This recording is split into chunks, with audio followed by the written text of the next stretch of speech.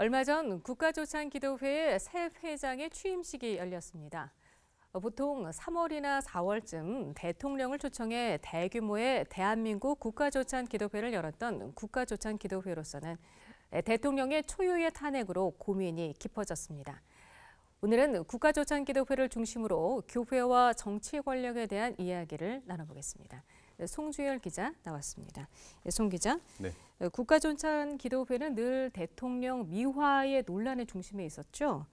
태생부터가 그랬던 게 아닐까 싶어요. 네, 그렇습니다. 1968년 박정희 대통령 시절부터 이제 국가조찬기도회가 시작됐는데요. 당시에는 이제 국민 화합, 경제 활성화, 그리고 한반도 평화와 통일을 위해 기도를 했는데 예. 부정적인 평가가 사실 많았습니다. 예. 그 이유는 이제 독재 권력을 찬양한다. 그리고 정교 분리 논란을 일으켜서 사회 분열을 조장한다. 이런 이유가 많았습니다. 네. 근데 그 조찬기도회의 태생은 그렇다고 치고요. 근데 지금까지도 권력 찬양 기도회다라는 논란은 계속되고 있어요. 예, 그 기도회의 기도와 설교 내용을 살펴보면 그 이유를 알 수가 있는데요. 제가 박근혜 대통령이 취임했던 2013년부터 내리 4년 동안 국가조찬기도회를 취재를 해서 그것들을 좀 분석을 해봤습니다. 예.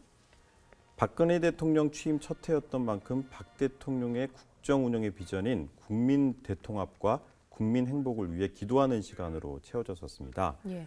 이영훈 목사는 당시 설교에서 정의를 강조하며 리더는 역사의 주관자이신 하나님 앞에 의롭고 겸손한 삶을 살아야 한다고 말했습니다. 이 정도는 취임 첫 해를 맞는 대통령을 위한 당부의 설교로서 시적절했던 설교로 볼 수 있습니다. 네네.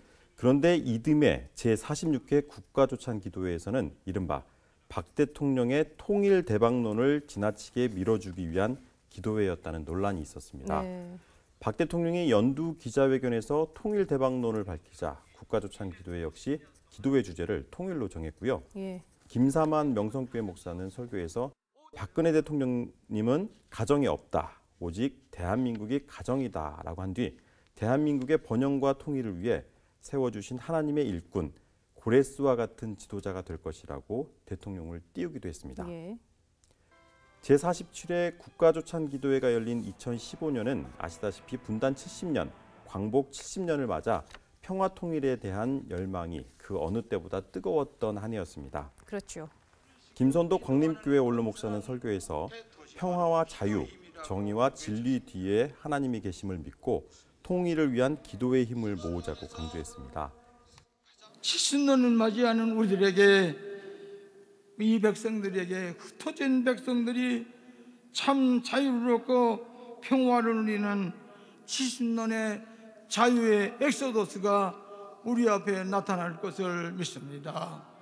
그리고 올해 국가조찬기도회에서는 박근혜 대통령의 여성미를 언급한 설교로 소광석 목사가 구설수에 오르기도 했습니다. 그랬죠. 예. 소광석 세덴교회 목사는 우리 대통령께서는 부드러운 카리스마를 가지신 어르신이며 대통령님께서는 여성으로서 미와 덕 그리고 모성애적인 따뜻한 미소까지 갖고 계신다고 말했었습니다. 네. 국가조찬기도회 설교자들의 메시지가 적절할 때도 있었고 또 그렇게 적절하지 않은 때도 있었던 것 같아요. 네.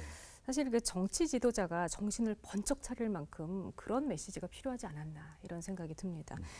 그런데 국정농단 사태로 박근혜 대통령을 지지했던 보수교계 목회자들도 등을 돌리고 있는 그런 모양새죠. 네, 그렇습니다. 이것만 봐도 목회자들이 얼마나 정치권 눈치 보기를 하는지 알 수 있습니다.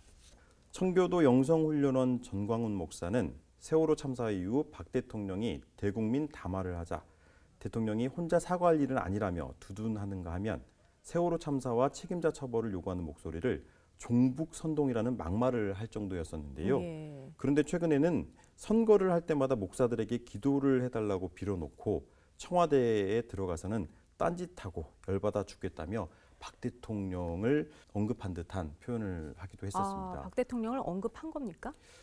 박 대통령을 언급했다고 봐야죠. 예, 그리고 또 한기총의 경우는 그 개성공단 폐쇄 당시에는 한마디도 말을 못하다가 지난달 열린 한 통일 세미나에서 이용훈 대표회장이 박 대통령의 대북 정책을 비판하기도 했었습니다. 한국교회연합은 비선 실세 의혹이 일던 시기 박 대통령이 개헌론을 들고 나올 때까지만 해도 대통령의 결단에 박수를 보낸다고까지 했는데 막상 국정농단의 실체가 드러나자 태도가 180도로 바뀌었습니다. 곧바로 박 대통령이 국민들의 믿음을 저버렸다는 비판 성명을 냈습니다. 예. 불이한 정치 권력을 질타하고 공의로운 사회를 위해 기도해야 할 목회자들이 권력의 눈치를 본다는 것 분명 하나님의 뜻이 아닐 텐데요. 예. 정말 회개가 필요한 것 같습니다. 예. 뭐 사회도 그렇지만 교회도 이번 기회가 전환점이 돼야 되겠다라는 생각이 듭니다. 송주열 기자 잘 들었습니다.